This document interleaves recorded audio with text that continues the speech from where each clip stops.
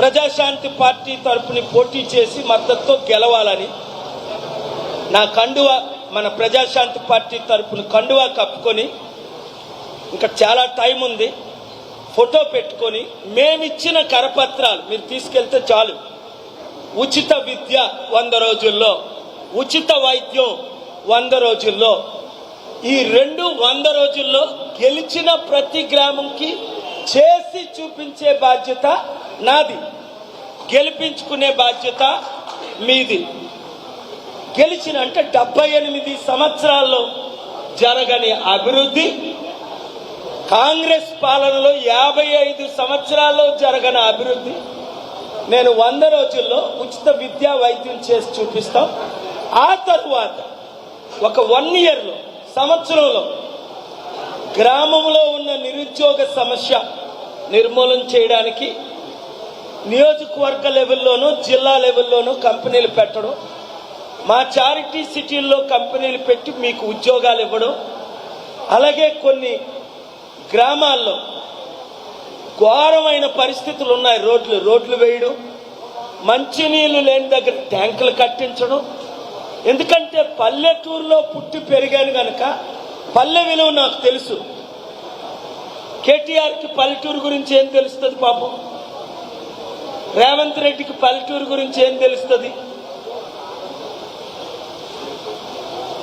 వాళ్ళు సిటీలో 1000 కోట్లు సంపాదించుకున్నారు, 1000 కోట్లు రియల్ ఎస్టేట్ బిజినెస్ చేసుకుంటున్నారు.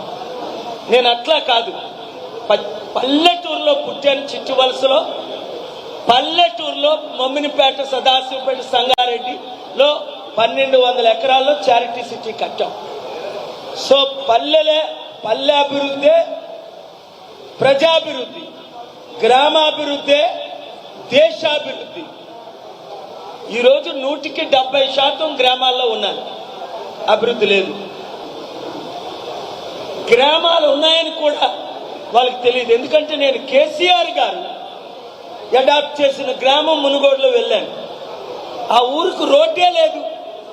ఎప్పుడైనా కేసీఆర్ గారు వచ్చారంటే లేదట. మరి అడాప్షన్ అంటే అర్థమేంటి నాకు అర్థం అవ్వాల. పిల్లల్ని అడాప్షన్ అంటే అమెరికాలో ఏంజలినా జోలీ అని ఒక హాలీవుడ్ యాక్ట్రెస్ ఉంది, ఆవిడ 4 పిల్లల్ని అడాప్ట్ చేసుకుంది. అంటే ఆ పిల్లల్ని ఆ దేశం నుంచి తీసుకెళ్లి వాళ్ళ ఇంట్లో పెట్టి వాళ్ళని పోషించి చదివించి పెద్దోళ్ళు చేస్తుంది. అది అడాప్షన్ అంటే. దత్తత అంటారు తెలుగులో. వీళ్ళేంటి దత్తత అంటే బోర్డు పెట్టడం అనుకుంటున్నారు. వాళ్ళు పెట్టిన లడ్డూలు మీరు తింటున్నారు, ఉండలు. మళ్ళీ ఎలక్షన్ రాగానే వాళ్ళు ఇచ్చిన 2000కు మీరు ఓటేస్తారు. మీకు సిగ్గు లేదు ఓటేసిన వాళ్ళకి? వాళ్ళకి ఎలాగా సిగ్గు లేదు, అలా అడగడానికి సిగ్గు లేదు, కానీ ఓటు వేసిన వాడికి సిగ్గు ఉండాలి కదా. Thank you very much.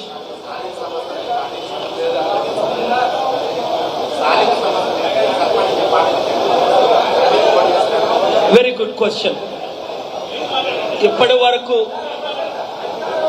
ఇప్పుడు మంచి ప్రశ్న అడిగారు. అదే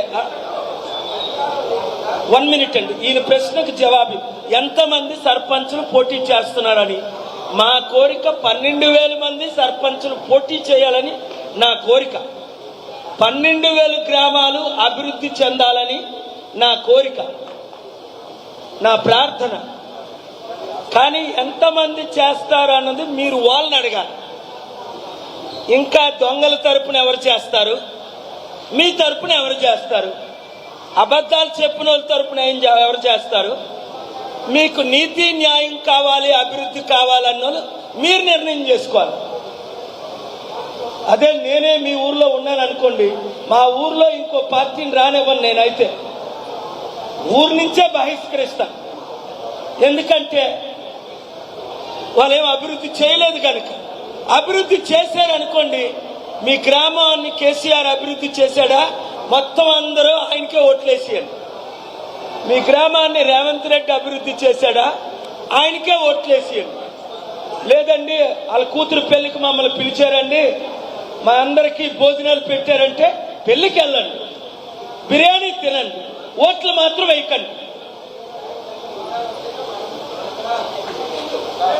పెళ్లి 10 సంవత్సరాలకు 20 సంవత్సరాలకు ఒకసారి జరుగుతుంది. పెళ్లికి వెళ్ళొద్దు అన్నాం.